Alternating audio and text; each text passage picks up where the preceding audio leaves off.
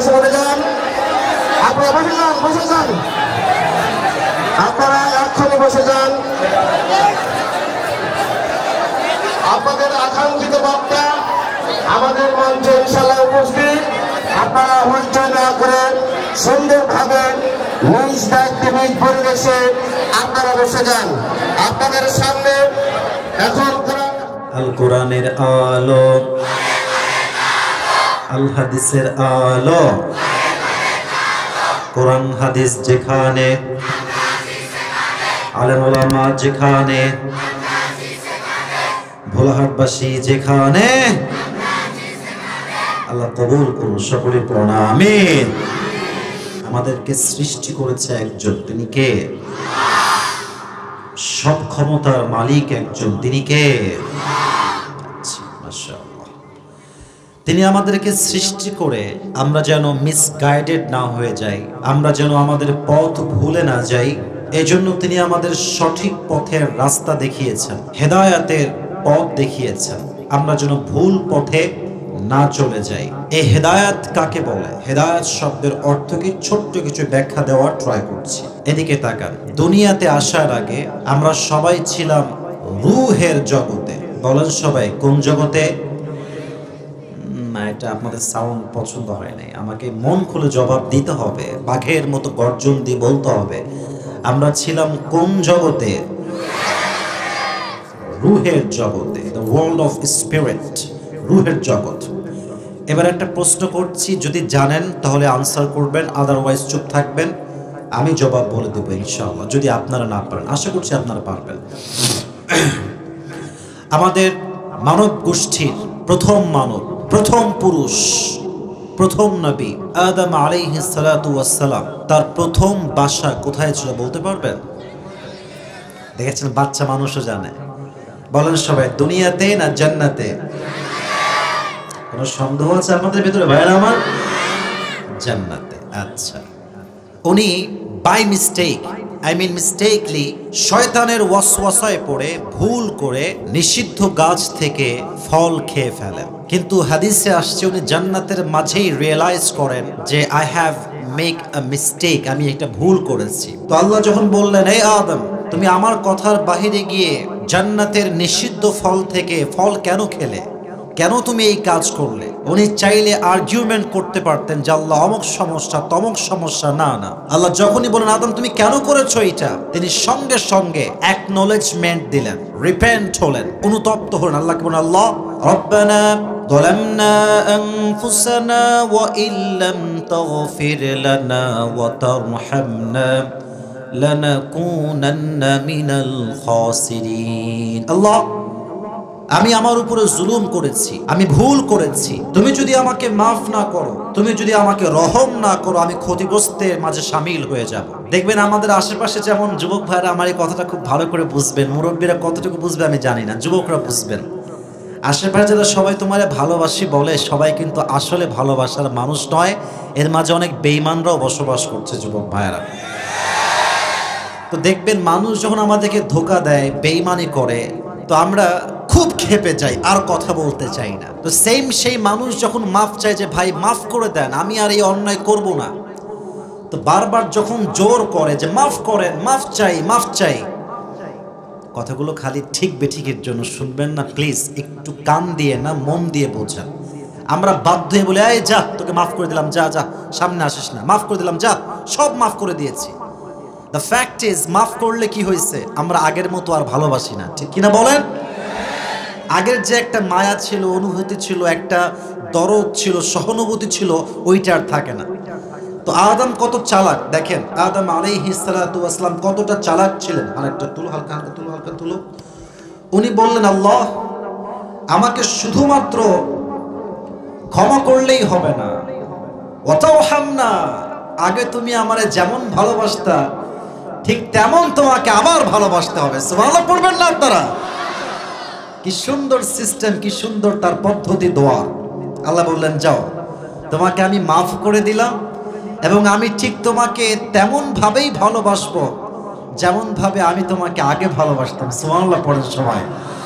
ঠিক তারপরে আল্লাহ তাআলা তাকে দুনিয়াতে পাঠালেন। উনি দুনিয়ার বুকে এই যে আওয়াজ করা যাবে না, একটু না প্লিজ। নির্বাসিত হলেন, উনি দুনিয়াতে আসলেন।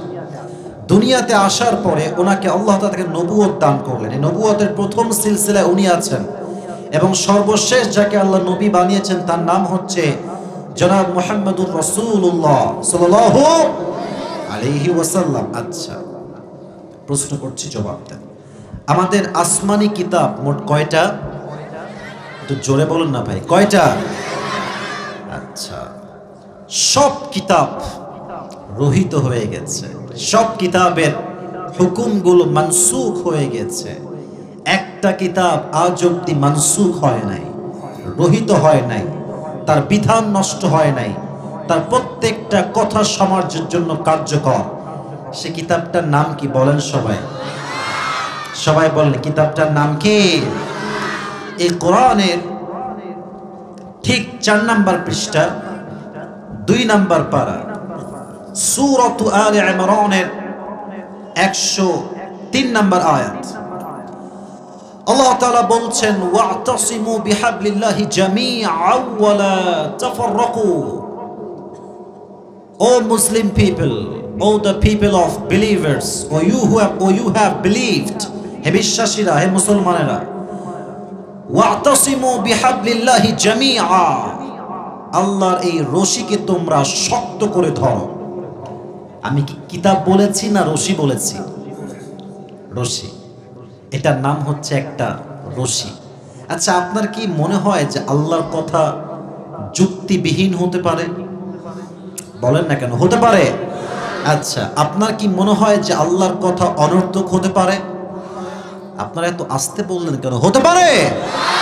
আল্লাহর প্রত্যেকটা কথায় লজিক আছে, প্রত্যেকটা কথা, every word of Allah subhanahu wa ta'ala is scientifically based। প্রত্যেকটা কথার একটা বৈজ্ঞানিক ব্যাখ্যা আছে। এই কোরআনটার নাম শুধুমাত্র রশি নয়, এদিকে তাকান, এই কোরআনটার নাম হচ্ছে রশি, এই কোরআনটার নাম হচ্ছে হুদা, এই কোরআনটার নাম হচ্ছে শেফা, এই কোরআনটার নাম হচ্ছে তানজিল। কত নাম কোরআনের আল্লাহ তাআলা দিয়েছেন। আল্লাহ রশি কেন বললেন এটা ব্যাখ্যা বলবো, ব্যাখ্যা বলা শেষ আমার সেন্ট্রাল থিম বা সাবজেক্ট ম্যাটার থেকে আমি তাফসীর করা শুরু করব। ব্যাখ্যাটা হচ্ছে এরকম, আমার দিকে তাকান। আমাদের আসল বাসা ছিল জান্নাতে, আমরা এসেছি দুনিয়াতে। The world is like a tunnel, এই পুরো পৃথিবীটাই হচ্ছে একটা কুয়ার মতো। আমরা জান্নাত থেকে কুয়াতে পড়ে গেছি। মুরব্বী আব্বা জানরা একটু আমার দিকে তাকান, যুবক ভাইয়েরাও তাকান। এটা প্রশ্ন করছি, কুয়ায় যখন মানুষ পড়ে যায় তাকে তোলার জন্য আমরা কি বাঁশ ফেলি না রশি ফেলি? কে বলতে পারে দেখি তো সবাই? রশি। মাইকম্যান এদিকে আসতে হবে, তোমার মাইকের এটা তো খুব ঢিলা রে বাবা, একটু ঢিলা দিলে হয়। আস্তে আস্তে আসবে, কোনো সাউন্ড না, আমি এভাবেই অ্যাডজাস্ট করছি, সমস্যা নেই। দেখেন, পরিবেশ যেমনই হোক অলওয়েজ মুখে হাসি ধরে রাখতেই হবে যুবক ভাইরা, ঠিক কি না বলো? তাহলে জীবনে সুখী হতে পারবা। আর যদি অস্থির হয়ে যায় কেমন হলো, আমি এত বড় বক্তা, এত বড় বেয়াদবি, আপনারা কেউ ভালোবাসবে না, আপনাকে 2 পয়সা কেউ মূল্যায়ন করবে না, ঠিক কিনা বলেন? মারামারি করে কোনো লাভ নাই, আমি ঠিক করছি, মেহেরবানি করে কেউ বিরক্ত হবেন না। তো আমি বলছিলাম আমরা ছিলাম জান্নাতে, এসেছি আমরা দুনিয়া নামক কুয়ার জায়গাতে। তো রশি আল্লাহ কেন বললেন? আল্লাহ তাআলা বললেন তোমরা যেহেতু কুয়ায় পড়ে গেছো, তোমরা যেহেতু পথ হারিয়ে ফেলেছো জান্নাতের পথ, তাই আমি আল্লাহ একটা রশি ফেললাম তোমাদের কুয়ার ভেতরে আমার পক্ষ থেকে। এই রশির নাম হচ্ছে আল কোরআন। সবাই বলেন রশিটার নাম কি? ভাই মাইকম্যান বাধুক, আপনি আমার কথা শুনুন, বলেন রশিটার নাম কি? আল কোরআন। আচ্ছা দেখেন, কুয়ার থেকে যখন আপনি কোনো মানুষকে রশি দিয়ে তুলবেন, এই রশির মাঝে 2টি শর্ত বিদ্যমান থাকা লাগবে। রশির মাঝে 2টা শর্ত না পাওয়া গেলে কখনো আপনি কুয়ার থেকে মানুষকে তুলতে পারবেন না। ক্লিয়ার? কেমন শর্ত? যে রশি আপনি ফেলবেন, এই রশি পুরোটা হওয়া লাগবে মজবুত রশি। পচা পাটের রশি ফেললে কি হবে জানেন? যখন মানুষটা ধরবে ওঠার জন্য, যখন রশি ধরে টান দেওয়া হবে, যদি পাটের রশি, পচা রশি, টান দেওয়ার সঙ্গে সঙ্গে রশিটা ছিঁড়ে মানুষটা আবার কুয়ায় পড়ে যাবে, ঠিক কিনা বলেন যুবক ভাইরা আমার? আচ্ছা, এক নাম্বার, রশি হওয়া লাগবে মজবুত। দুই, রশির আগা যিনি ধরবেন অর্থাৎ একদম উপরে যে ধরবেন তার হাত হওয়া লাগবে শক্তিশালী, শিথিল হলে হবে না। কারণ যখন মানুষগুলো রশি ধরে উঠতে চাইবে, যখন রশিতে টান পড়বে, যে ধরে আছে রশির উপরে তার হাত যদি শিথিল হয়ে যায়, যে মানুষটা উঠতে যাচ্ছিল সে আবার ঠাস করে পড়ে তার দাঁত ভেঙে যাবে। ঠিক কিনা বলেন? রশি হওয়া লাগবে মজবুত, রশি ধরনেওয়ালাও হওয়া লাগবে মজবুত। এবার আসেন মূল কথা বলে শেষ করে দেই।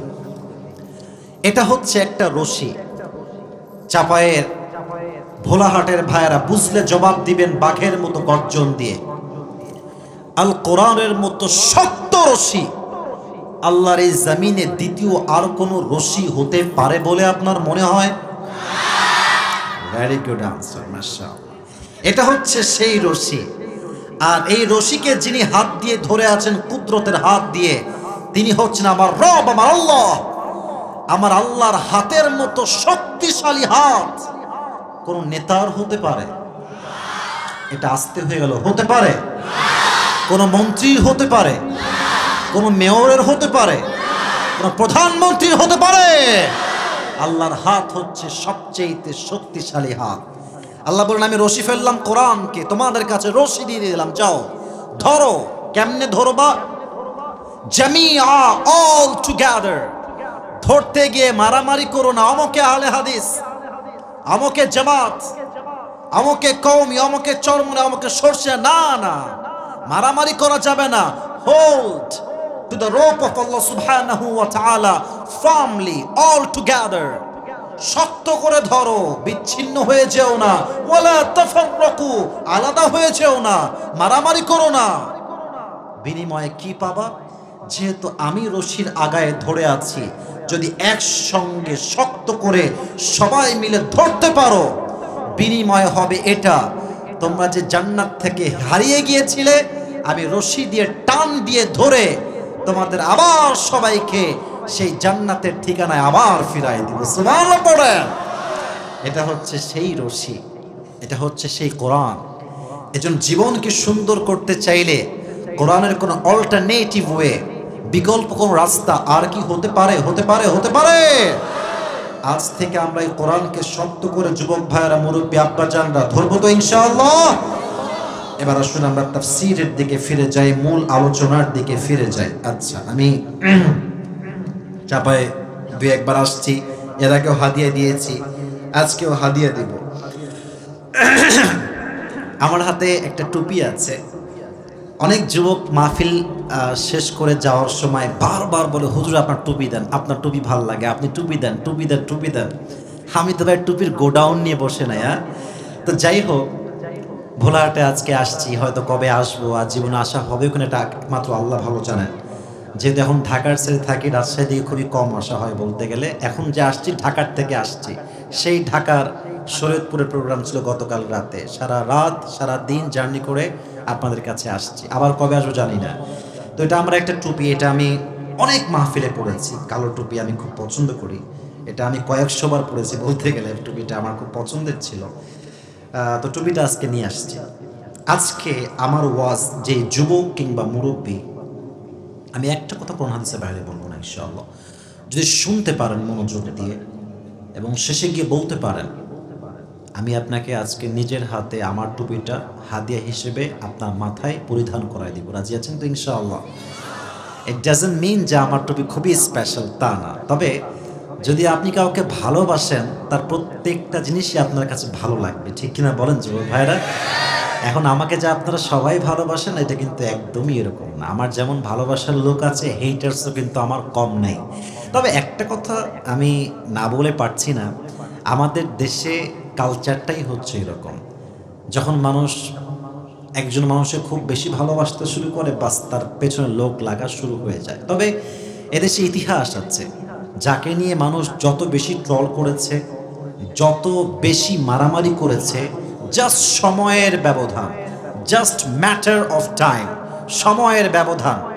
যাকে মানুষ 5 বছর আগে গালাগালি করত, আজকে সে দেশের টপ ফেমাস সবচেয়ে বড় আলোচক হয়ে গিয়েছে যুবক ভাইরা। ঠিক কিনা বলো?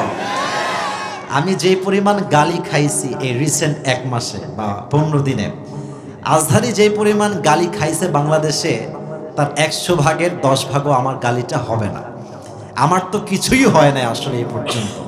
আমি দেখেছি আজহারি সাহেবের ছবি টাঙিয়ে মানুষ জুতা দিয়ে পেটিয়েছে, এটা আমরা বলি নাই। তবে একটা আয়াত সবসময় মাথায় রাখবেন, وَتُعِزُّ مَن تَشَاءُ وَتُذِلُّ مَن تَشَاءُ بِيَدِكَ الْخَيْرُ إِنَّكَ عَلَى كُلِّ شَيْءٍ قَدِيرٌ।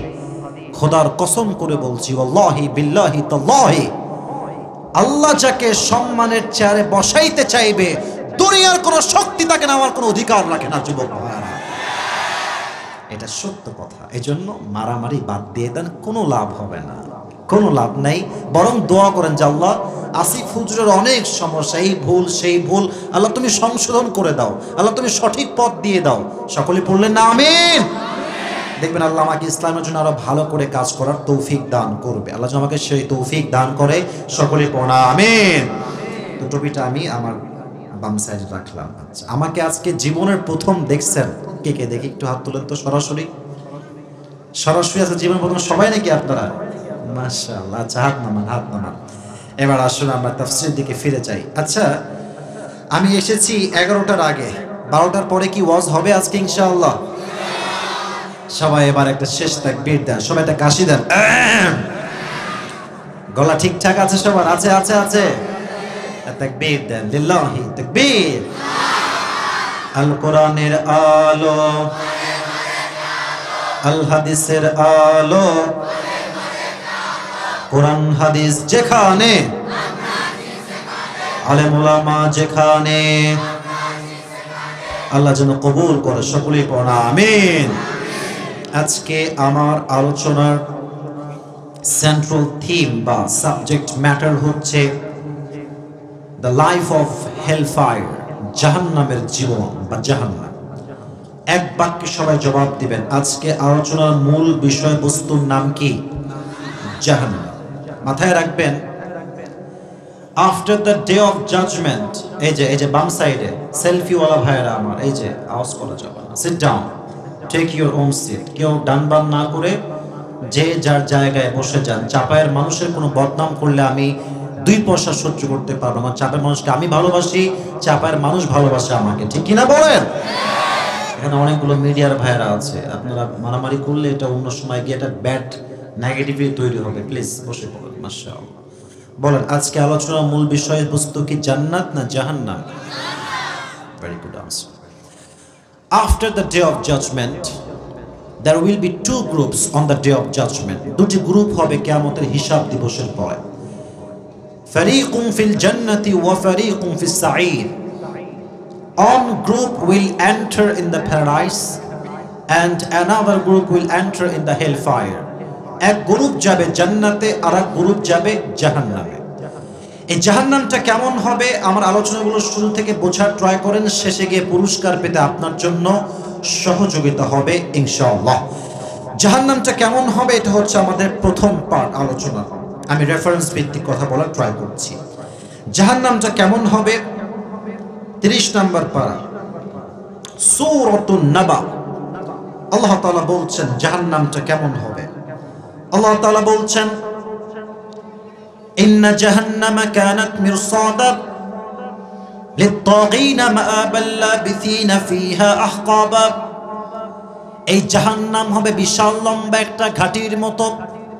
লিত-তাগীনা মাআবা, যারা অবাধ্য ছিল, বেনামাজি ছিল, বেঈমান ছিল, তাদের সবাইকে জাহান্নামে নিক্ষেপ করবে। একজন আওয়াজ দিয়ে বলেন তো তিনি কে? লাবিসিনা ফিহা আহকাবা। The people of hellfire, they will have no food to eat and they will have no water to take. কোনো খাবার থাকবে না জাহান্নামে, কোনো পানিও থাকবে না। যখন জাহান্নামীরা মারাত্মক ক্ষুধার্ত হয়ে যাবে, ক্ষুধার যন্ত্রণায় তৃষ্ণায় ছটফট করতে থাকবে, আল্লাহ আমাদেরকে খাবার দাও। একটা ছোট্ট প্লেটে খাবার দেওয়া হবে। খাবারটা হবে কেমন? হাদিসে আসছে, কোরআনেও আসছে, এটার নাম হচ্ছে জাক্কু, তিতা যুক্ত কাটা যুক্ত একটা ফল। সবাই আমার চেহারার দিকে তাকান। যখন ফলটা জাহান্নামী মানুষ খাওয়ার জন্য মুখে নেবে, এই পুরো ফলের চতুর্পাশ থাকবে লম্বা লম্বা কাঁটা। যখন ফলটা নিয়ে গিলতে যাবে, ফলের প্রত্যেকটা কাঁটা তার গলা ভেদ করে বাহিরে বের হয়ে যাবে। আল্লাহ, I need water, I'm so thirsty, আমি অনেক তৃষ্ণার্ত, আমাকে পানি দাও। لا يذوقون فيها بردا ولا شرابا إلا حميما وغساقا। যখন একটা বোতলে পানি দেওয়া হবে, পানিটা হবে রক্ত এবং পুজ দ্বারা গলিত পানি। যখন জাহান্নামী নারী, জাহান্নামী যুবক, জাহান্নামী মুরব্বী পানিটা মুখে নিবে, পানির দুর্গন্ধে সমস্ত পানি গিলে খাওয়ার পরে আবার ঠাস করে সব বমিকের জমিনে ফেলাই দিবে। নাউজুবিল্লাহ পড়বেন না আপনারা সবাই? সব জমিনে ফেলে দিবে পানিগুলো পান করার পরে। এটা হচ্ছে জাহান্নামের একটা বেসিক নলেজ দিলাম। এটা প্রশ্ন করছি জাহান্নাম নিয়ে, যুবক ভাইরা আশা করছি আপনারা পারবেন। জাহান্নামের শাস্তির সবচাইতে বড় মাধ্যম কি হবে কে বলতে পারে? আগুন। মাশাআল্লাহ, আগুন হবে জাহান্নামের শাস্তির সবচাইতে বড় মাধ্যম। আচ্ছা, আপনার কি মনে হয় জাহান্নামের আগুন দুনিয়ার আগুনের মতো? এটা মনে হয় আপনার? একদমই না, ভুলেও ভাববেন না। আচ্ছা, একটা এক্সাম্পল দেই। আমার হাতে এইটা কি নবাব, আপনাদের ভোলাহাটের ভাইয়েরা একটু বলেন না, আমার সাথে কথা বলেন, কোনো ভয় নাই। এটার নাম কি? স্যারও কথা বলছে, মাশাআল্লাহ, সবাই বলবেন। আমি কোনো খাইস্ট টাইপের লোক না, আমি হাসি খুশির লোক, কথা বলতে কোনো ভয় পাবেন না। আচ্ছা, জানি এটা টিস্যু, তবে 2 মিনিটের জন্য ভাববেন এটা কোনো টিস্যু নয়, এটা হচ্ছে আমার হাতে একটা বিশাল লম্বা মোমবাতি। কি বাতি? যদিও মোমবাতি এখন আহামরি একটা ব্যবহার করা হয় না। আগে তো হারিকেন ছিল, আমার সময় আমি দেখেছি হারিকেন দিয়ে আমি নিজেও পড়েছি। তো মোমবাতির ঠিক এই উপর সাইডে দেখবেন নিভি নিভি একটা জিনিস জ্বলে, এটার নাম কি বলেন সবাই? আগুন জ্বলে। আচ্ছা, চাপায়ের ভোলাহাটের ভাইরা, আমি বললাম এই একজন যুবক এদিকে আসছে, হুজুর কি হয়েছে, আপনার কি সমস্যা? বললাম বাবু তোমার সঙ্গে একটা চ্যালেঞ্জ হবে আজকে। কি চ্যালেঞ্জ বলেন? আমি বললাম যে তোমাকে চ্যালেঞ্জটা হচ্ছে এইরকম, I will give you 10 crore টাকা, তোমাকে আমি 10 কোটি টাকা দিব, শর্ত একটা। কি শর্ত? শর্তটা হচ্ছে you have to put your finger in this fire just for 5 minutes or 10 minutes। তোমাকে তোমার ঠিক এই আঙ্গুলটা এই আগুনের উপরে একদম নিভি নিভি বিন্দুমাত্র আগুন, এই আগুনে তোমার হাতটা একাধারে কন্টিনিউয়াসলি 5 মিনিট এমনি রাখতে হবে, বা 10 মিনিট।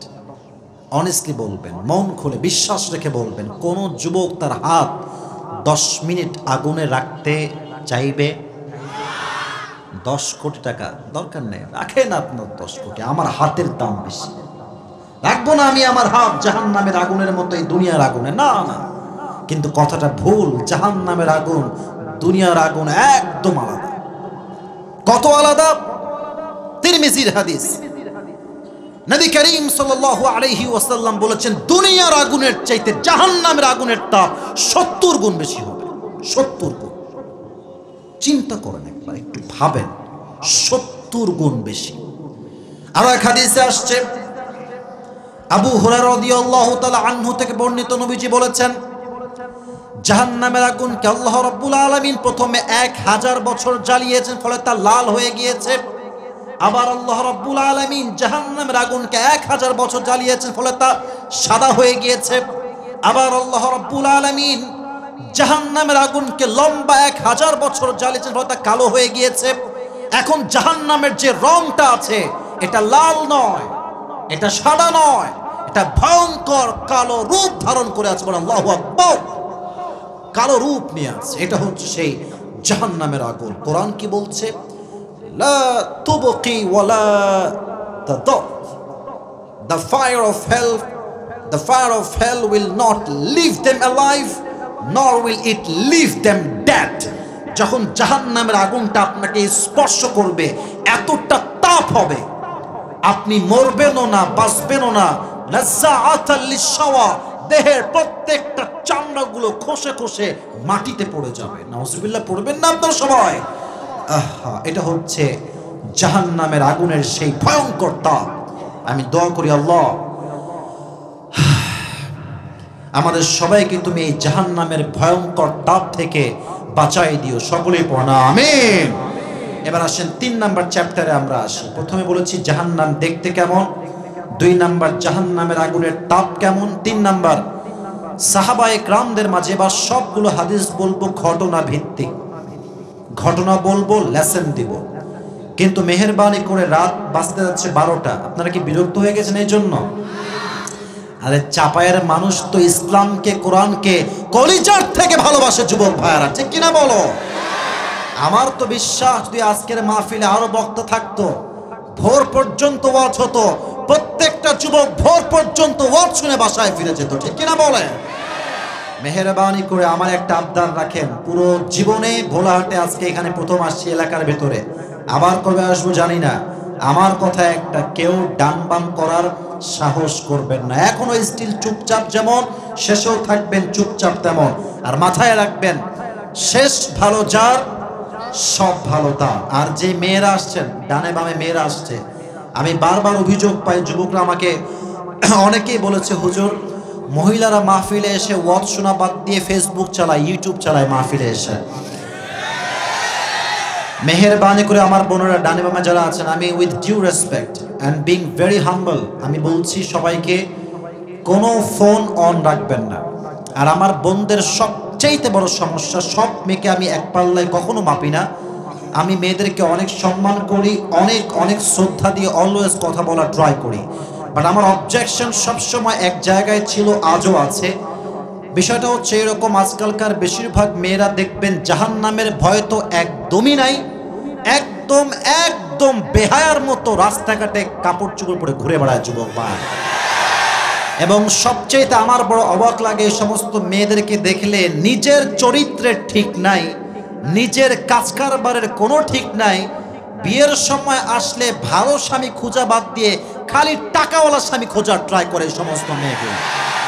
তবে আমি বারবার বলছি, I don't compare anybody with anybody. আমি কাউকে কারোর সাথে তুলনা করা একদম পছন্দ করি না, আমি সবাইকে এক পাল্লায় মাপি।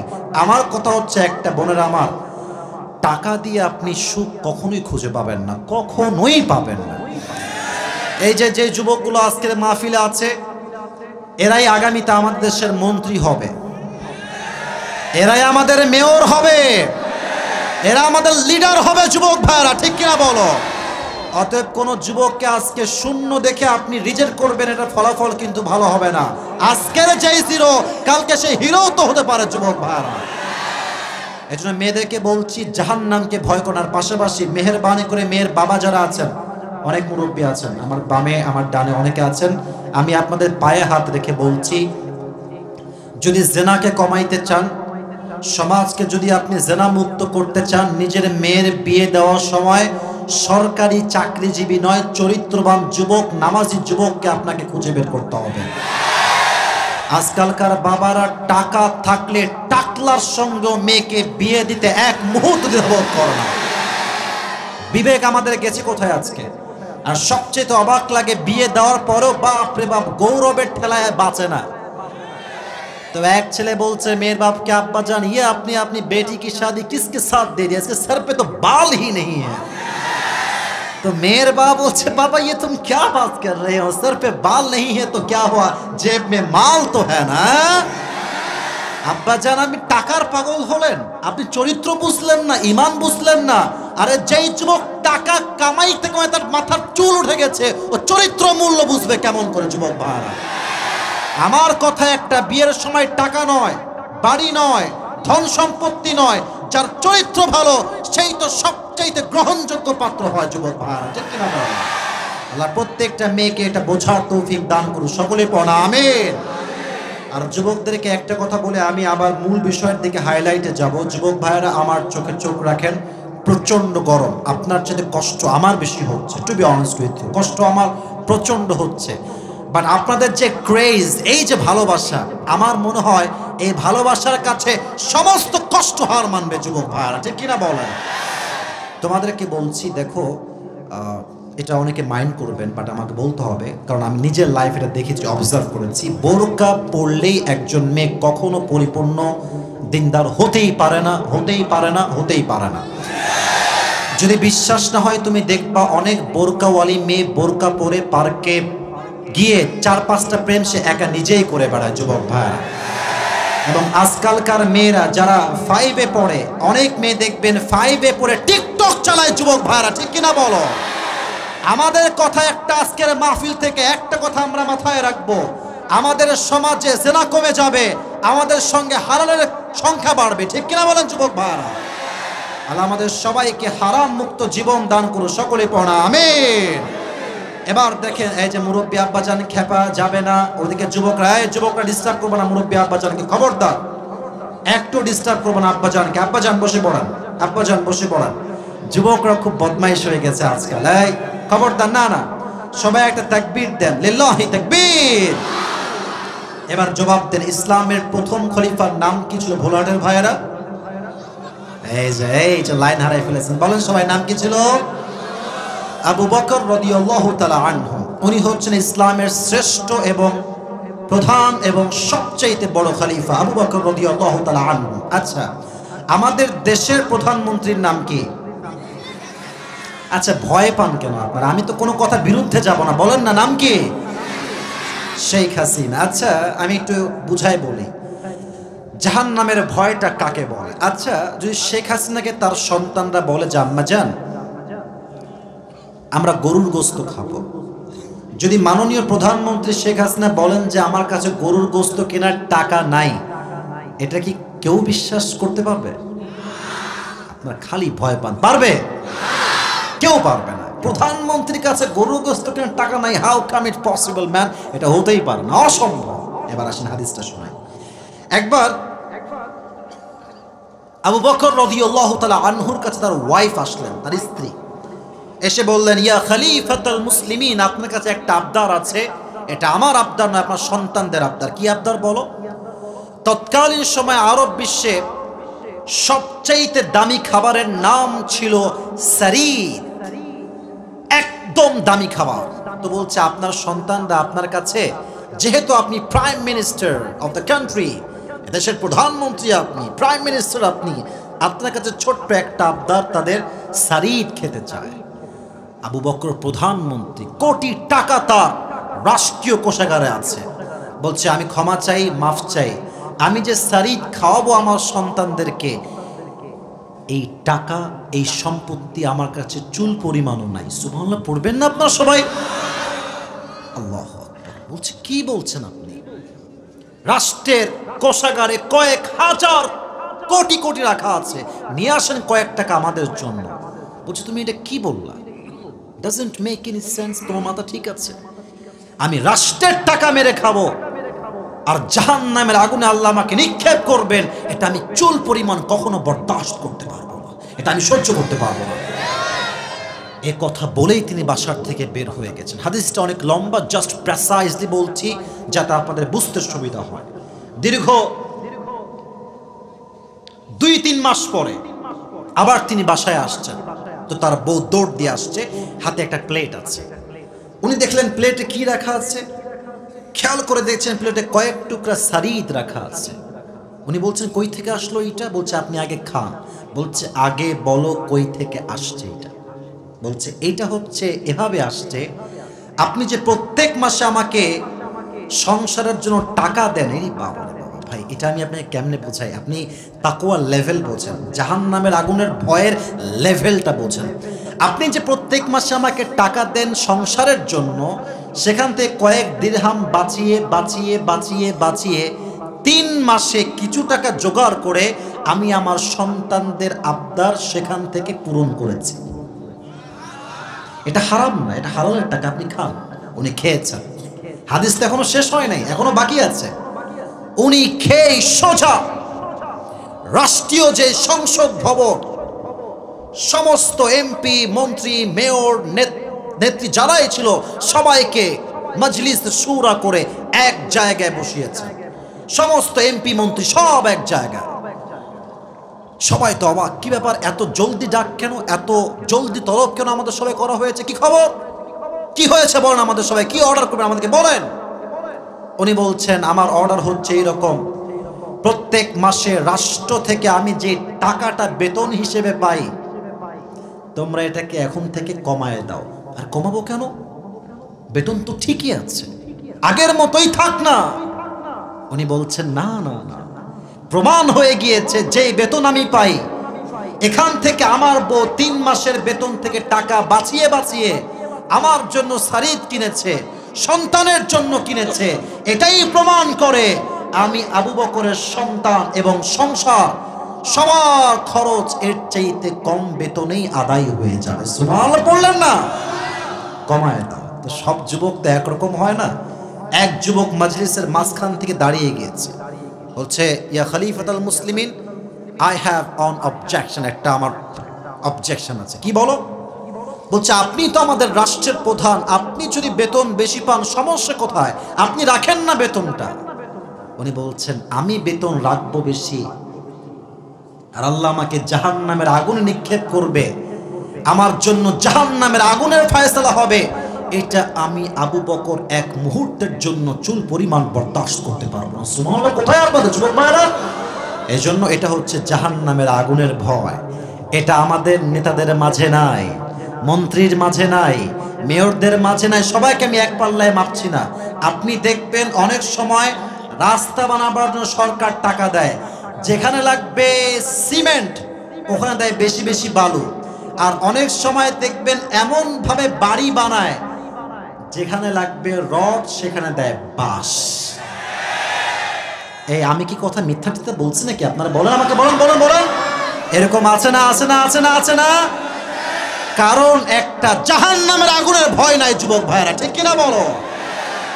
একটা ছোট্ট কথা বলতে মন চাচ্ছে, মনে পড়ে গেছে, বলবো আপনাদের সবাইকে।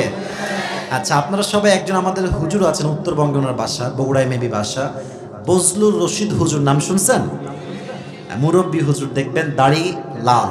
মুরব্বীরা আমাদের খুব ভালো চিনবেন, এদিকে হয়তো আসে তাই না? আচ্ছা, পাশে হয়তো আসছিল। আচ্ছা, ওনার একটা আমি ওয়াজ ইউটিউবে শুনছিলাম, জাস্ট মনে পড়লো তাই বোঝাচ্ছি। আমার স্যার পাশে আছেন, রাগ করবেন না, আমি কাউকে আঘাত করার জন্য বলছি না, সমাজের বাস্তব চিত্র বলছি। উনি কোথাও মাহফিলে গেছেন, আমি জাস্ট বোঝাবার সাথে ঘটনাটা বলছি। মাহফিলের মনে করেন যে প্রায় রাত 12টা বেজে গেছে, ওয়াজটা জমে ক্ষীর, মানে মানুষ খুব মনোযোগ দিয়ে ওয়াজ শুনছে। তো হঠাৎ করে নেতা সাহেব আসছে, একদম স্লোগান, নেতা সাহেবের আগমন, শুভেচ্ছা, স্বাগতম। নেতা সাহেবের চরিত্র ফুলের মতো পবিত্র, স্লোগান দিয়ে মাহফিলের পরিবেশ অবস্থা খারাপ। আচ্ছা, গেল। তো নেতা সাহেব এসে হ্যান্ড মাইক নিয়েছে আর কি, হুজুরের ডান পাশে হ্যান্ড মাইক নিয়ে খালি একটা কথা, ভাইরা আমার, নামাজ নামাজ নামাজ। হুজুর বলছি यार ये मैं कहाँ गया, तो कन्फर्म जन्नत से भाग के आई है यार। এত ভালো নেতা, নামাজ নামাজ নামাজ। তো দেখবেন নেতা একা থাকে না, নেতা কিন্তু চামচাও কিন্তু সাথে থাকে, থাকে না থাকে না থাকে না? তো নেতা সাহেব ডান দিকে আছেন। সব নেতা কিন্তু একরকম না, আমি বারবার বলছি। এমন নেতা আমাদের বাংলাদেশে আছে যা চরিত্রবান নেতা, যুবক ভাইরা, ঠিক কিনা বলো? তো হুজুর দেখছে মাশাআল্লাহ, বক্তব্যের মাঝে কথা ছাড়াই খালি নামাজ আর নামাজ। তো যখন নেতা সাহেব নেমে গেছে ডান পাশ দিয়ে, তখন বামে একজন ছেলে, ওর মানে চামচা দাঁড়ায় ছিল, তো ও নেমে গেছে। হুজুর ওর হাত ধরছে, বাপরে তুমি তো ভালোই লোক রে, ভালোই তো নামাজ পড়ে। তো এবার ওই কানে কানে বলছে, হুজুর একসঙ্গে 3 দিন ধরে আছে, এই শালা এক ওয়াক্ত নামাজও পড়ে না। তার মানে বোঝা গেল আমাদের দেশে আমরা মাঝে মাঝে দেখতে পাই অনেকের উপরে ফিটফাট হলেও ভেতরে পুরোটাই সদর ঘাটে বলা। তবে জাহান্নামের আগুনের ভয় যার মাঝে আছে, সেই রকম বেঈমান হতে পারে না, যুবক ভাইরা, ঠিক কিনা বলো? এবার বলেন, ইসলামের সেকেন্ড খলিফা, দ্বিতীয় খলিফার নাম কি ছিল? কে বলতে পারেন? ওমর ফারুক রাদিয়াল্লাহু তাআলা আনহু। এবার আমার দিকে তাকান তো, আমি একটু ঘেমে গেছি যদিও। আচ্ছা, আমি যে পোশাকটা পরে আছি, চাপায়ের ভোলাহাটের ভাইরা, এটা কি পাঞ্জাবি না জুব্বা? বলেন তো সবাই দেখি, কথা কি বোঝা যাচ্ছে আমার? এটা কিন্তু জুব্বা, পাঞ্জাবি। আপনি কি পরছেন? উনি পাঞ্জাবি পরছে, মাশাআল্লাহ। দেখবেন পাঞ্জাবি হয় হচ্ছে এই, আমি কেমনে দেখাবো, এখানে তো টেবিল আছে, হাঁটু বরাবর, হয় হাঁটুর নিচে অথবা হাঁটুর উপরে। হাঁটুর উপরে হলে হয় শর্ট পাঞ্জাবি, হাঁটুর নিচে গেলে হয় লং পাঞ্জাবি। আর জুব্বা দেখবেন একদম টাকনু বরাবর, কাটা না, একদম গোল। আমার কথা কি ভুল টুল হচ্ছে নাকি ভাইরা আমার? দেখবেন একদম গোল লম্বা। আচ্ছা, ওমরে ফারুক দাঁড়িয়ে জুমার মেম্বারে খুতবা দিচ্ছেন রাষ্ট্রের সমস্ত মুসল্লিদেরকে সামনে রেখে। হঠাৎ করে একজন মুসল্লি মাঝখান থেকে দাঁড়িয়ে বলছে, ইয়া ওমর, একটা অভিযোগ আছে তোমার বিরুদ্ধে। কি অভিযোগ বলো? আচ্ছা, তুমি যে জুব্বাটা পরে আছো, জুব্বা এত লম্বা কেন? জুব্বাটা এত লম্বা কেন ওমর? তুমি কি রাষ্ট্রের টাকা মেরে খাইছো নাকি? নাউজুবিল্লাহ পড়বেন না আপনারা। প্রধানমন্ত্রীকে এই কথা, তুমি কি রাষ্ট্রের টাকা মেরে খেয়েছো? আরে আমাদের দেশের প্রধানমন্ত্রী বহুত দূরের কথা, কয়েকটা চেলা পেলার যে ভাব ওর আশেপাশে ভিড়া যায় না। যুবক ভাইরা বলো বলো বলো বলো, কিছু করলে বলবে তোকে দেখে লিব, তোকে দেখেই লিব। আছে না আছে না আছে না? আর কথায় কথায় বলবে, তুই আমার নেতাকে চিনিস? চিনিস? বলবেন যে তোর নেতাকে চিনি, বাট তুই কোন বাট পারবে? তুই কোথেকে আসিস? তুই বলেন বলেন জবাবের কথা ঠিক কিনা? তো ওমরে ফারুক একজন বিশ্ব লিডার, অর্ধ জাহানের খলিফা। রিয়াকশন দেখেন, রিয়াকশন মানে হচ্ছে ফেসের রিয়াকশন। বলছে আপনি কি রাষ্ট্রের টাকা মেরে খেয়েছেন? রিয়াকশন, আমার ফেস দেখেন, রিয়াকশন। কোনো গালি নাই, কোনো ধমক নাই, কোনো অ্যারেস্ট নাই, একটা চেহারা দিয়ে মুচকি হাসি দিয়েছেন। সুবহানাল্লাহ পড়বেন না? তাকায় আছেন, কি জবাব দিবে? সন্তান আছে তার পাশে, তার নাম হচ্ছে আব্দুল্লাহ ইবনে ওমর। দাঁড়িয়ে গিয়েছে, বলছে এই ভাই, আপনাকে জবাবটা আব্বা নয় আমি দিচ্ছি। শোনেন, জুব্বাটা লম্বা কেন হয়েছে? আসলে এই হাদিসগুলো বলতে গেলে আমি ভাবি যে আমাদের দেশের অবস্থা কি, আমাদের অবস্থা কি, আমাদের তাকওয়ার লেভেল কতটা নিচু, জাহান্নামের আগুনের ভয়ের লেভেলটা কত নিচু, এটা আমি জাস্ট অবাক হয়ে যাই। আমারটা ভেবেও আমি অবাক হয়ে যাই। সন্তান বলছে যে ভাইজান জুব্বা লম্বা কেন জানেন আপনি? শোনেন আমি বলছি, প্রত্যেক বছর রাষ্ট্র থেকে আব্বা একটা জামা পায়, আমি একটা জামা পাই, আব্বাও জুব্বা পায়, আমিও জুব্বা পাই। তো এই বছর যে জুব্বাটা আব্বাজান পেয়েছেন, ওই জুব্বাটা শর্ট হয়ে গেছে। আর আমি যেহেতু আব্বার চাইতে লম্বায় খুবই কম, আমার জুব্বাটা হালকা লম্বা হয়ে গিয়েছে। তো আব্বাজান তো প্রধানমন্ত্রী, চাইলে নতুন জুব্বা, বুঝে বলবেন, কথা একদম বুঝে না হয় বলবেন না। একজন প্রধানমন্ত্রী চাইলে নতুন জুব্বা কয়েক লাখ টাকা দিয়ে কয়েকশো কিনতে পারে না? আমাকে বলতে হবে না, আমি ওয়াজ করবো না, বলেন পারে না পারে না পারে না? পারে। শর্ট জুব্বা, প্রধানমন্ত্রী শর্ট জুব্বা পরলে মানায় না, চাইলে নতুন জুব্বা কিনতে পারতেন না। না, he didn't follow that rules যে আমি প্রধানমন্ত্রী, আমাকে নতুন জুব্বা পরতে হবে, লম্বা পরতে হবে। No, it's not like that. মানে বলেন, এই আব্দুল্লাহ ইবনে ওমর, আমার সন্তান এদিকে আসো। আব্বাজান কি হয়েছে? তোমার জুব্বা নিয়ে আসো। নিয়ে আসছে তার জুব্বা, নিজের জুব্বা, সন্তানের জুব্বা, বাবার জুব্বা একসঙ্গে রাখছে। দর্জি কোথায়? দর্জিকে নিয়ে আসছে। দর্জি আসছে, ইয়া খলিফাতুল মুসলিমিন, হুকুম, বলেন কি করতে হবে? বলছে আমার সন্তানের জুব্বার যে লম্বা একটু বেড়ে গিয়েছে, এখান থেকে কাটো। কাটো, কাটছে, এমনি গোল করে কাটছে। বলছে এই কাটা অংশটা আমার জুব্বায় লাগাও। জুব্বায় লাগানো হয়েছে। ওমরে ফারুক, অর্ধ জাহানের প্রধানমন্ত্রী, নতুন জুব্বা কয়েক লাখ কিনতে পারতেন, জাস্ট জাহান্নামের আগুনের ভয়ে নতুন জুব্বা না কিনে উনি নিজে প্রধানমন্ত্রী হয়ে তালি দেওয়া জুব্বা পরিধান করেছে। আপনি আমার কথা কি আপনি বুঝতেছেন? কল্পনা করতে পারেন আপনি? দেশের প্রধানমন্ত্রী জুব্বা পরেছে, তালি দেওয়া, তার সন্তানের থেকে নিয়ে তালি দিয়েছে। তার মানে বোঝা যায়, যার হৃদয়ে জাহান্নামের আগুনের ভয় থাকবে, সে দেশের টাকা, দশের টাকা বিদেশের মাটিতে পাচার করার কোনো সাহস খুঁজে পাবে না। আল্লাহ আমাদের সবাইকে জাহান্নামের আগুনের ভয়টা পরিপূর্ণরূপে হৃদয়ে লালন করার তৌফিক দান করুক। সকলেই মন খুলে পড়া আমিন। রাত বেজেছে 12টা, কিন্তু আমার ওয়াজ তো শেষ হয় না। এখন আপনারা বলেন আমি কি করতে পারি? আমি কি ওয়াজ করতে পারবো আজকে? ইনশাআল্লাহ পারবো। তবে একটা আমার আবদার আছে, আবদারটা রাখতেই হবে, না হয় কিন্তু আমি ওয়াজ করব না।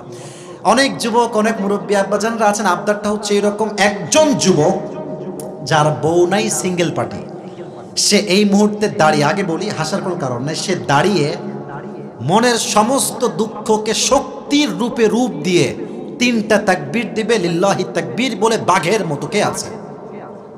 ওই যে পেছনে একজন, দাঁড়াও দেখি, দাও তাকবীর একটা।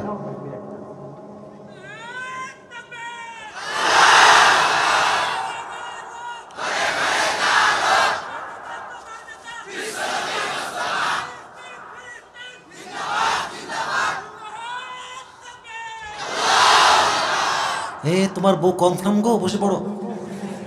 কঠিন তাকবীর বে, জটিল ব্যাপার। আরেকজন লাগবে, আরেকজন কে আছে? একজন, এই তো মাশাআল্লাহ ভাই, দাঁড়ান। আপনি আরো জোরে দিবেন, মোটা আছেন আপনি মাশাআল্লাহ। দেন তাকবীর দেন।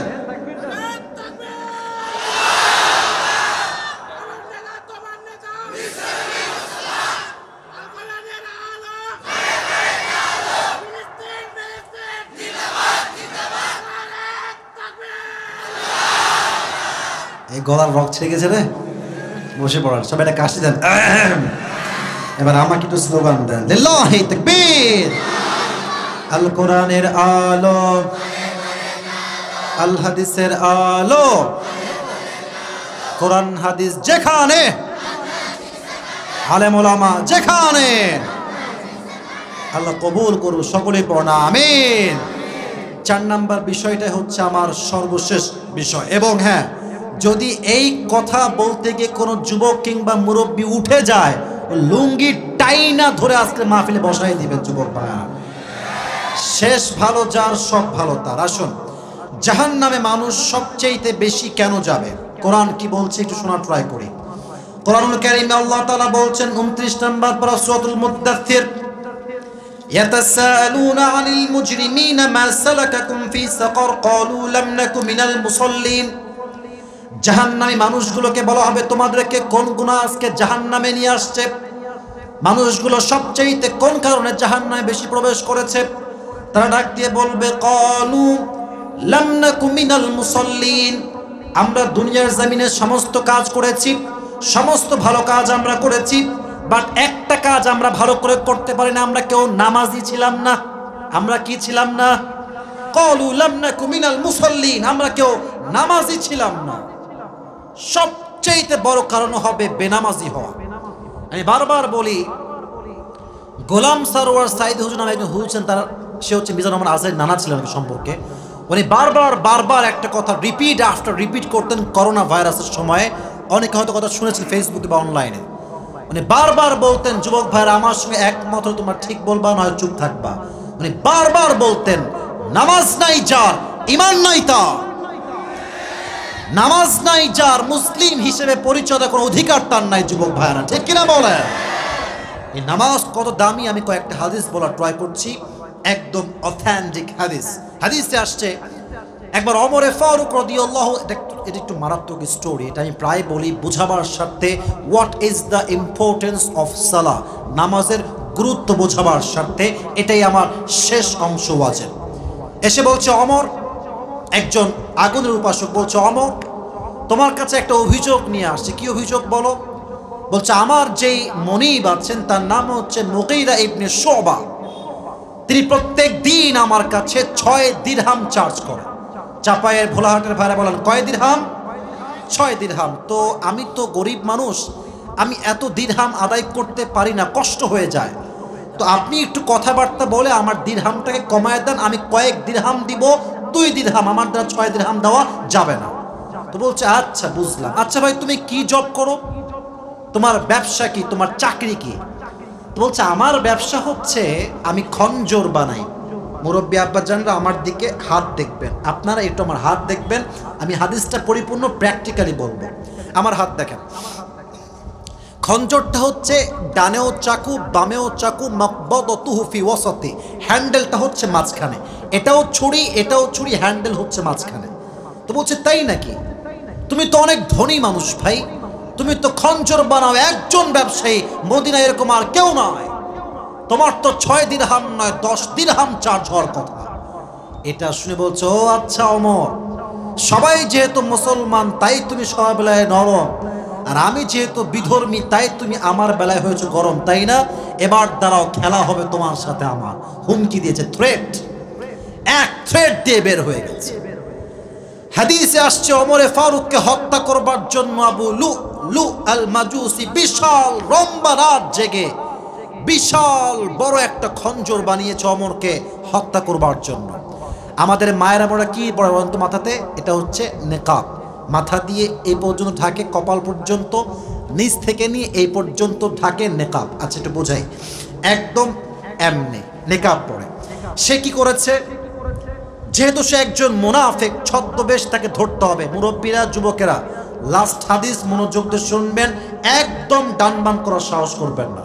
লম্বা একটা চাদর নিয়েছে, চাদর নিয়ে এমনি ঝুলাইছে, এই পাশ তো এমনি, এই যে এখানে চাদরের এই পাশে হচ্ছে চাকুটা, বিশাল লম্বা ছুরি ঢেকে রেখেছে। চাদরের ডান পাশটা এমনি তুলে একদম এই পর্যন্ত দিয়েছে, মানে এই পুরোটা ঢাকা, বোরকার নিকাবের মতো, হিজাবের মতো। আর এই পাশ থেকে নিয়ে চাদরটা উঠিয়ে ওমরকে হত্যা করবার জন্য জাস্ট ছদ্মবেশ ধরতে এই পর্যন্ত নিয়ে চাদরটা একদম এই পাশ দিয়ে নাক ঢাকা, এই পাশ দিয়ে কপাল পর্যন্ত, ভ্রু পর্যন্ত, পুরো ফেসটাই ঢাকা, মুনাফিকের রূপে ছদ্মবেশে ফজরের নামাজ পড়তে আসছে ওমরের পেছনে। ওমরে ফারুক মসজিদে প্রবেশ করেই বলছেন, সফু সুফু ফাকু, কাতার সোজা করো, কাঁধে কাঁধ মিলিয়ে দাঁড়াও, আল্লাহু আকবার। নামাজ শুরু হয়ে গেছে। এবার সবাই আমার পেটের দিকে দেখবেন, যুবক ভাইয়েরা, মুরব্বী আব্বাজান, মায়েরা যদি পজিটিভ থাকে আমাকে জাস্ট চেহারা না দেখে আমার পেট দেখবেন, যেন আমি হাদিসটা প্র্যাকটিক্যালি বোঝাতে সক্ষম হই। উনি সানা পড়েছেন, সূরা ফাতিহা পড়েছেন, কিরাত পড়েছেন, আল্লাহু আকবার দিয়ে রুকুতে গিয়েছেন, এক রাকাত পড়ে আবার উঠেছেন, আবার হাত বেঁধে সূরা ফাতিহা পড়েছেন, কিরাত পড়েছেন। এবার সেকেন্ড রাকাতে যখন তিনি আল্লাহু আকবার দিয়ে রুকুতে যাবেন, তার পেট, পিঠ, মাথা ঝুঁকে গিয়েছে, এমন থেকে ঝুঁকে গেছে। তো ঠিক যখন তিনি রুকুতে গিয়েছেন, in the meantime, same time, পেছনের ঠিক ডান দিক থেকে আবু লু আল মাজুসি তার চাদরটাকে দুই হাত দিয়ে ধরে এমনি উড়িয়ে দিয়েছে, আর তার বিশাল লম্বা খঞ্জর বের করে, খঞ্জরটা দেখেন, এটাও চাকু, এটাও চাকু। এবার পেট দেখেন, পেট, সবাই প্লিজ পেট দেখেন, এটা এখান থেকে ধরে ওমরের পেটের ডান দিক থেকে শুরু করে এমনি ধরে একটা সোজা কোপ দিয়েছে, আবার দিয়েছে, তিনটা এমন জোরে কোপ দিয়েছে খঞ্জর দিয়ে, হাদিসে আসছে দুই পেট কেটে দুই ভাগ হয়ে গেছে, আর পেটের ভেতরে নাড়ি ভুড়ি যা ছিল সবগুলো বের হয়ে জমিনে পড়ে গেছে। আর ওমরে ফারুক নামাজের মাঝে চিৎকার দিয়ে বলছে, কাতালানিয়াল কালব, কাতালানিয়াল কালব, আমাকে একটা কুকুর হত্যা করেছে, আমাকে বাঁচাও। অজ্ঞান হয়ে পড়ে গেছে। কিন্তু অবাক করা বিষয়, দুই একজন সাহাবী বাদ দিয়ে কোনো সাহাবী নামাজ বাদ দেয় নাই। সুবহানাল্লাহ পড়বেন না আপনারা সবাই?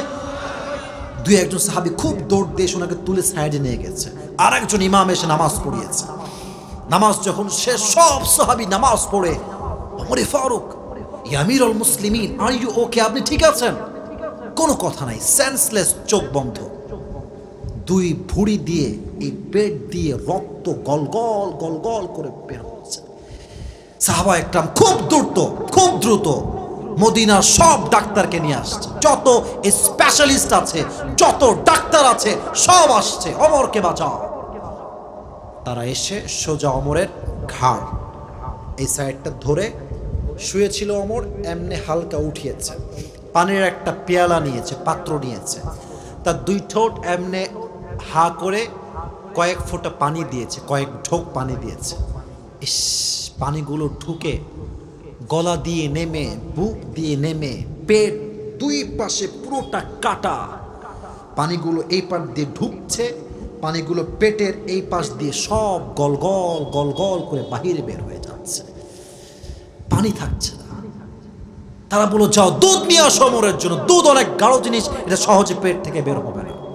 নিয়ে আসছে দুধ ওমরের জন্য, গাঢ় দুধ ওমরের মুখে দিয়েছে।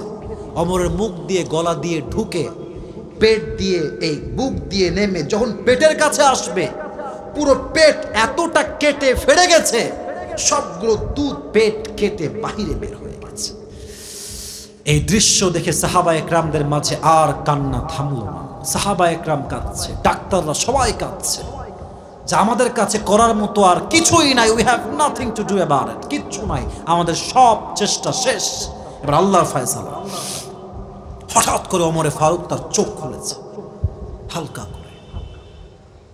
চোখ যখনই খুলেছে হালকা করে, দূর থেকে একজন সাহাবী দেখেছে ওমর তার চোখ খুলেছে, দৌড় দিয়ে ওমরের কাছে আসছে। ইয়া ওমর, কি বলবেন? আমাকে বলেন, আমাকে বলেন, আমি আপনার কাছে আছি, হাজির আছি, বলেন কি বলবেন।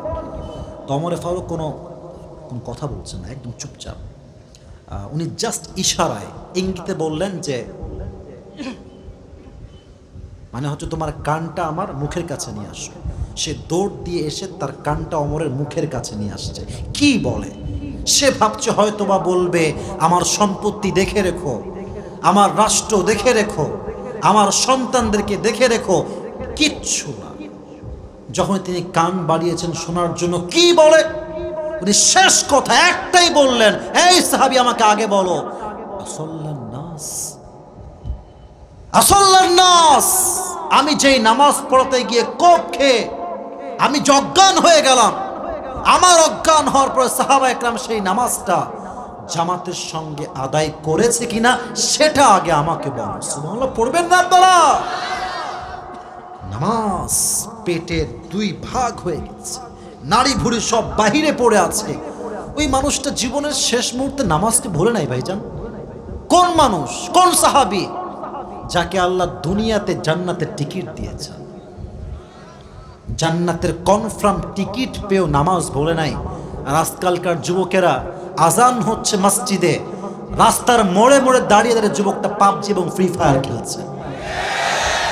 কথা আপনার আসতে বললেন কেন? জোরে বলুন, কথা ঠিক আছে যুবক ভাইরা আমার?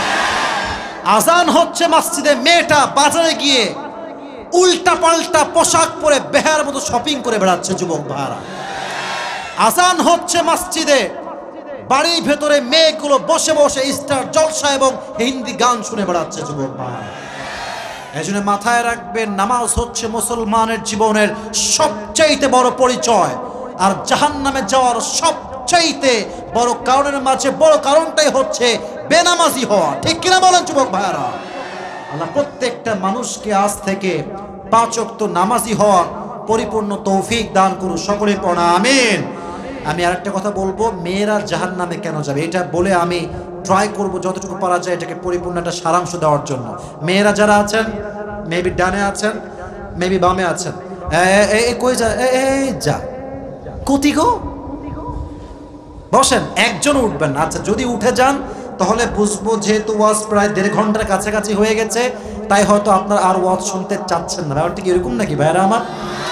আচ্ছা, এখন বাজে 12টা 10, অন্তত 12টা 15 পর্যন্ত সময় দেওয়া যাবে আমাকে আজকে? ইনশাআল্লাহ দেওয়া যাবে, যাবে যাবে যাবে। আচ্ছা, মেয়েরা জাহান্নামে যাওয়ার বড় কারণ এই যে মুরব্বীরা একটু মনোযোগ দেন, স্বামী যারা আছেন মনোযোগ দেন, আর যাদের বউ নাই তারাও মনোযোগ দেন। আজ বউ নাই তো কি হয়েছে, আগামীতে বউ তো হবে যুবক ভাইরা। মেয়েরা জাহান্নামে যাবে তার সবচাইতে বড় কারণ হাদিস বলছে তাকফুরনাল আশির, বেশিরভাগ মেয়ে স্বামীকে রেখে ইমোতে গিয়ে পরকিয়া করে বেড়ায়। এরকম মেয়ে কি বাংলাদেশে নাই যুবক ভাইরা? বলো বলো বলো। স্বামী আছে বিদেশে, রক্ত পানি করে টাকা কামাই করে তার বউয়ের জন্য, সন্তানের জন্য, আর মেয়েটা দেশের মাটিতে বসে স্বামীর সঙ্গে বেঈমানি করে পরপুরুষের সঙ্গে পরকিয়া করে বেড়ায় যুবক ভাইরা। এবং এই পরকিয়ার জন্য শুধু স্বামী নষ্ট হয় না, একজন সুন্দর ফুটফুটে সন্তানের ভবিষ্যৎ নষ্ট হয়ে যায় যুবক ভাইরা। ঠিক কিনা বলো? তাকফুরনাল আশির, স্বামীর অবাধ্য হওয়ার কারণে। 2, বেশিরভাগ মেয়েরা জাহান্নামে যাবে চরিত্র নষ্ট হওয়ার কারণে। সবার চরিত্র নষ্ট ব্যাপারটা এরকম নয়, কাউকে খারাপ বলার কোনো অধিকার আমার নাই, কারণ আমি নিজেই একজন খারাপ মানুষ। তবে হ্যাঁ, হাদিস যা বলছে আমাকে এটা বলতে হবে। আপনি খেয়াল করুন, আজকালকার মেয়েদের মাঝে একসঙ্গে 3-4টা বয়ফ্রেন্ড রাখা এটা ট্রেডিশন হয়ে গেছে, মডেল এইটা। তবে মাথায় রাখবেন একটা কথা, তিতা কথা বাট সত্য আল্লাহর কথা, আপনি যেমন হবেন আপনার বউ তেমন হবে। আপনি 3 ঘাটে পানি খাবেন, আপনার বউ 14 ঘাটে পানি খেয়ে আপনাকে বিয়ে করবে। আপনি লুচ্চা নাম্বার 3 হবেন, আপনার বউ লুচ্চা নাম্বার 1 হবে যুবক ভাড়া। ঠিক কিনা বলো? শুনতে খারাপ লাগবে আমি জানি, বাট বললাম এই জন্য আজ থেকে আমরা ট্রাই করব, যা করব হালালে, হারামের সঙ্গে আমাদের কোনো সম্পর্ক নাই। রাজি আছেন তো ইনশাআল্লাহ? সর্বশেষ কথা, মেয়েরা জাহান্নামে যাবে তার সবচাইতে বড় কারণ হচ্ছে অশ্লীল পোশাক। এখন দেখেন, আমরা আছি চাপায়ে, এদিকে আপনি আহামরি বেশি একটা ঝামেলা পাবেন না। যখন আপনি ঢাকাতে সেটেল হবেন জবের জন্য, আপনার ব্যবসার জন্য কিংবা আপনার পড়াশোনার জন্য, তখন বুঝবেন যে ফিতনা আসলে কোথায় আছে। ঢাকা শহরে গিয়ে আপনি দেখবেন কিয়ামত বেশি দিন আর বাকি নাই। কারণ বেশিরভাগ, আমি এগুলোকে, আমার কথাকে নেগেটিভলি নেবেন না, হুজুরের চোখ মনে হয় খারাপ। ব্যাপারটা যদি আপনি নেগেটিভলি নেন, আপনার চিন্তা নেগেটিভ, আপনি মানুষের চিন্তাটা পজিটিভ নাই। আমার কথা হচ্ছে এরকম, নারী যখন উলঙ্গ পোশাক পরে বাহিরে বের হয়, আমরা বলি যুবকদের ঈমান নষ্ট হয়ে যায়, যুবকদের এই হয়ে যায়, সে হয়ে যায়। ব্যাপারটা একটু অ্যাড করতে হবে। আমার বিশ্বাস, আমার চিন্তা, জাস্ট যুবকদের চোখ নষ্ট হয় না, চায়ের দোকানে যে সমস্ত চাচারা চা খায়, চাচার চোখটাও যুবকরা নষ্ট হয়ে যায়, ঠিক কিনা বলো?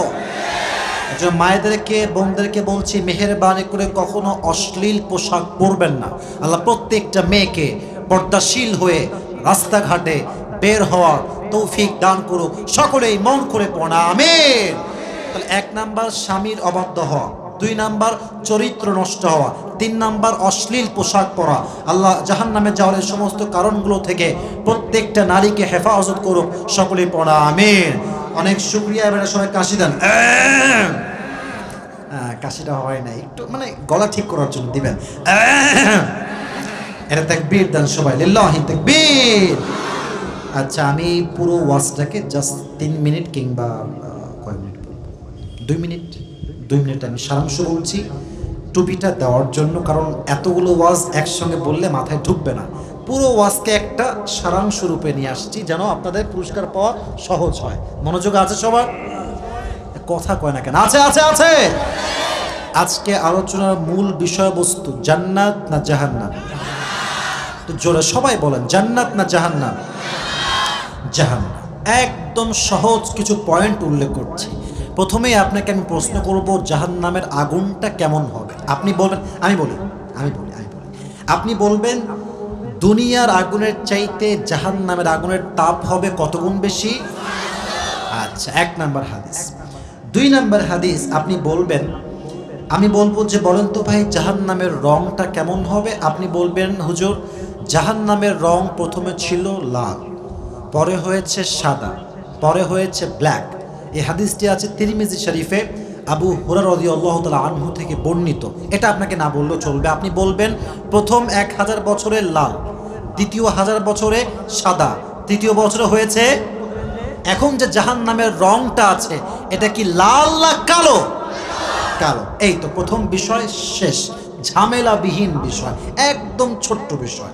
আচ্ছা, আরেকটা বিষয় 2 নম্বরে বলবেন, সাহাবা একরামদের মাঝে জাহান্নামের আগুনের ভয়টা কেমন ছিল? আপনাকে একদম সংক্ষেপ জবাব দিতে হবে। 1, আবু বকর রাদিয়াল্লাহু তাআলা আনহু চাইলে বেতনটা বাড়াইতে পারতেন, তিনি বেতন কমিয়েছেন জাস্ট একটাই কারণ, যদি তিনি জাহান্নামের ভয় না করতেন, তিনি জনগণের হক মারতে এক মুহূর্ত দ্বিধাবোধ করতেন না। যুবক ভাইরা, কথা ঠিক কিনা বলেন?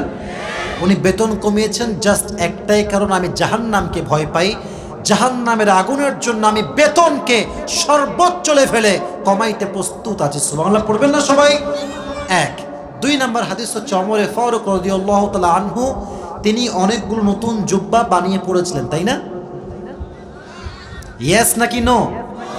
না, তিনি জুব্বা বানান নাই, বরং তিনি সন্তানের জুব্বাটা চেয়ে তালি দিয়ে পড়েছেন। কারণ একটাই, তিনি জাহান্নামের আগুনকে ভয় পেয়েছেন। সুবহানাল্লাহ পড়বেন না আপনারা সবাই?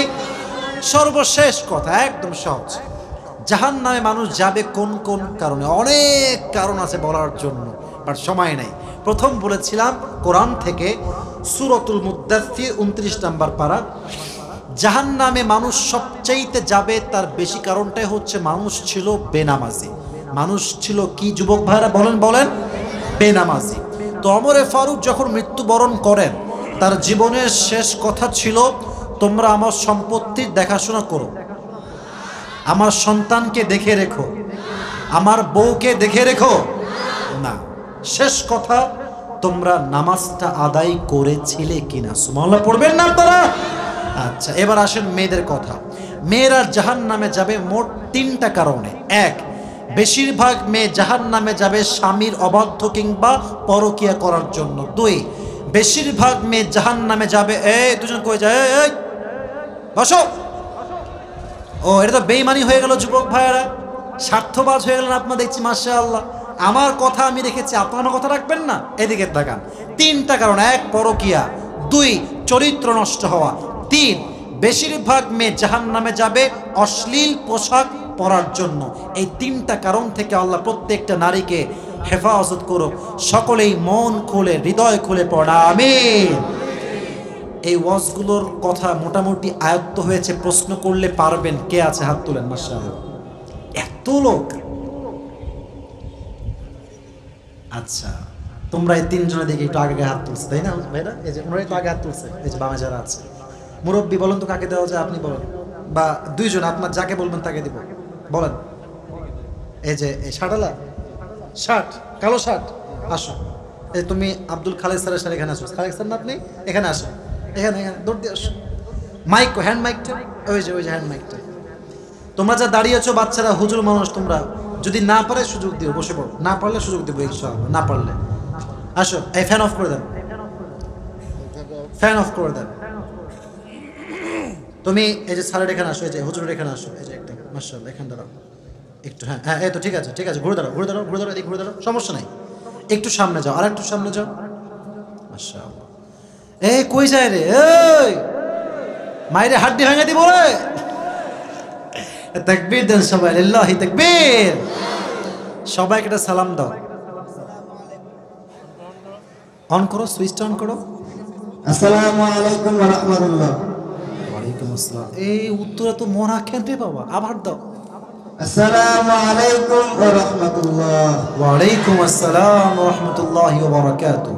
আপনাদের একটা রুলস আছে, নিয়ম আছে। ও যখন কোনো উত্তর দিয়ে দিবে, আপনাদের সবাইকে এভরিওয়ান হ্যাজ টু সে মারহাবা at the right time, at the right place. সবাইকে একই মুহূর্তে একই জায়গার থেকে একটা শব্দ বলতে হবে। সবাই বলেন মারহাবা। এটা এখন বলতে হবে না, ও প্রশ্ন উত্তর দিলে বলবেন, ঠিক আছে? আর তোমার নিয়ম হচ্ছে, তোমাকে আমি প্রশ্ন করব, যদি তুমি 3 বার আটকে যাও, 3 বার আমি তোমাকে হেল্প করব। আদারওয়াইজ তুমি যদি আর আটকাও, আমি তোমাকে হেল্প করব না। যারা দাঁড়িয়েছিল তাদের মাঝে আরেকজন সুযোগ দেওয়া হবে। রাজি আছেন তো ইনশাআল্লাহ? আচ্ছা, তুমি মাইকটা এখানে ধরে রাখো। হ্যাঁ, বলো আজকে আলোচনার মূল বিষয়বস্তু জান্নাত না জাহান্নাম? জাহান্নাম। আর বাবা বললেন না যে? আচ্ছা, তুমি বলো জাহান্নামের আগুনের তাপ দুনিয়ার চাইতে কত গুণ বেশি হবে? 74 বার। মাশাআল্লাহ, ভেরি গুড, অ্যাপ্রিশিয়েটেড, মাশাআল্লাহ। এবার বলো জাহান্নামের রংটা কি কালার হবে? প্রথমে ছিল লাল কালার, তারপরে সাদা কালার, তারপরে কালো কালার। মারহাবা বলবেন না আপনারা? আচ্ছা, এটাকে কত বছর জ্বালানো হয়েছে? 1000 বছর করে, 3000 বছর। মারহাবা বলেন। ব্রিলিয়ান্ট, ব্রিলিয়ান্ট গায়, মাশাআল্লাহ, আর বুদ্ধি আছে। হ্যাঁ, পারবে। এবার আসো 2 নাম্বার বিষয়। আচ্ছা বলো তো, আবু বকর রাদিয়াল্লাহু তাআলা আনহুর মাঝে জাহান্নামের ভয় যে ছিল, এই হাদিসটা একটু সংক্ষেপে বলো। আবু বকর রাদিয়াল্লাহু আনহু তার বেতন কমিয়ে নিয়েছিলেন। কেন কমাইছেন? সেটা তো বাড়াইতে পারতেন। হ্যাঁ, থামেন না, আমি বলবে, থামেন। তার স্ত্রীর, তিনি কয়েক মাসের জন্য বাইরে গিয়েছিলেন।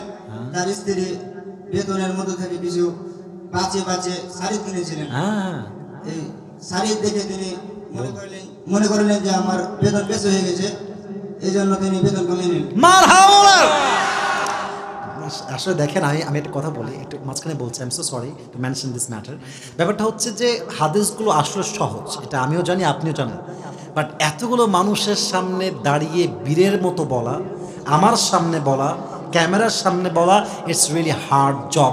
এটা এতটা সোজা না যুবক ভাইরা, ঠিক কিনা বলো? তো পারছি, মাশাআল্লাহ। এবার বলো, ওমরে ফারুক রাদিয়াল্লাহু তাআলা আনহু নতুন জুব্বা কি করলেন, কি করেছিলেন তিনি একটু বলতে পারবা? উমর রাদিয়াল্লাহু তাআলা আনহু জুব্বা শর্ট হয়ে গিয়েছিল। হ্যাঁ, এই তো মাশাআল্লাহ, ঠিক আছে। তিনি তার ছেলের লম্বা জুব্বা কেটে তালি দিয়ে তার জুব্বা লম্বা করেছিলেন। তো তিনি সাথে নতুন জুব্বা কিনতে পারতেন, কিনলেন না কেন? জাহান্নামের আগুনের ভয়ে। মারহাবা। মাশাআল্লাহ, এই তো আটকাবে না রে বাবা টুপিটা। আচ্ছা ঠিক আছে, এই তো শেষ কথা এবার বলো, দুনিয়ার সকল মানুষের মাঝে বেশিরভাগ মানুষ জাহান্নামে যাবে কি কারণ? কোরআন কি বলছে? মুসল্লি ভালো না থাকবে। মুসল্লি বলতে কি বোঝাচ্ছ আমাকে একটু বুঝাই বলো। মারবে, নামাজি না হওয়ার কারণে। মারহা বলবেন না? এবার শেষ কথা, দেখা যাক এবার তুমি পারফরমেন্স কেমন করো। এটা বেডিদের কথা আর কি, পারবা কিনা কে জানে। আচ্ছা, আমার বোনদের কথা বলেছি, মেয়েরা জাহান্নামে যাবে 3টি কারণে। বলো দিয়ে 3টা কারণ কি কি ছিল? স্বামীর অবাধ্য হওয়া, পরকীয়া করা, হ্যাঁ মারহা বলেন সবাই। চরিত্র নষ্ট হওয়া, মারহা বলেন। অশ্লীল পোশাক পরা। এটা একটাও আটকায়নি। আচ্ছা মাশাআল্লাহ, বলেন সবাই মারহাবা। তোমার নাম কি? তাহমিদ হাসান। তাহমিদ হাসান। তোমার কেউ কি কেউ আছে এখানে, বন্ধু বান্ধব? নাই কেউ। কেউ না, একাই আসছো? বাড়ি লালাপুর। লালাপুর। আচ্ছা, মারহাবা বলবেন না আপনারা সবাই? অনেক দূর থেকে আসছে। আচ্ছা আচ্ছা মাশাআল্লাহ, গোমস্তাপুর থেকে আসছে। এবার শোনো, তুমি কোন ক্লাসে পড়ো? পড়ালেখা করো না, কাজ করো, তাই তো? না কিছুই করো না? আচ্ছা, আল্লাহ তোকে ভালো কিছু করার তৌফিক দান করে, পড়ো আমিন। ওর যে ব্রেইন আছে, ও যদি পড়াশোনা করা শুরু করে ও টপ লেভেলে পৌঁছে যাবে যুবক ভাইরা, ঠিক কিনা বলো? স্যার যা বলবো মাথায় এমনি ঢুকে যাবে। মাশাআল্লাহ, আল্লাহকে ইসলামের খাদেম হিসেবে কবুল করো, পড়ো আমিন। আসো তুমি এদিকে আসো, এটা রাখো। স্যার আপনি একটু ধরেন, আপনি একটু ধরেন, একটু হালকা ধরেন, ধরেন ধরেন। এত মাশাআল্লাহ, হুজুর এদিকে একটু ধরেন, একটু ধরেন, বরকত দেন, বরকত দেন। হ্যাঁ এই তো মাশাআল্লাহ মাশাআল্লাহ। আর হওয়া আল্লাহ যেন ওকে কবুল করে, সকলেই পড়া আমিন। সবার সাথে মুসাফা করে যাও, সবার সাথে মুসাফা করে যাও। মাশাআল্লাহ মাশাআল্লাহ। আজকের মাহফিলের শ্রোতা যে খুবই অ্যাক্টিভ, এটা আমরা প্রমাণ পেয়েছি। আমি জানি যারা হাত তুলেছেন সবাই পারতেন, but I am so sorry. এটা হচ্ছে ये नसीब के बात ही मेरे दोस्त, ये हर किसी को मिलने वाला नहीं है। এটা আল্লাহর পক্ষ থেকে ফয়সালা। আল্লাহ আমাদের সবাইকে আমি অধম যা বলেছি সে কথা অনুযায়ী আমল করার তৌফিক দান করুন, সকলেই পড়া আমিন।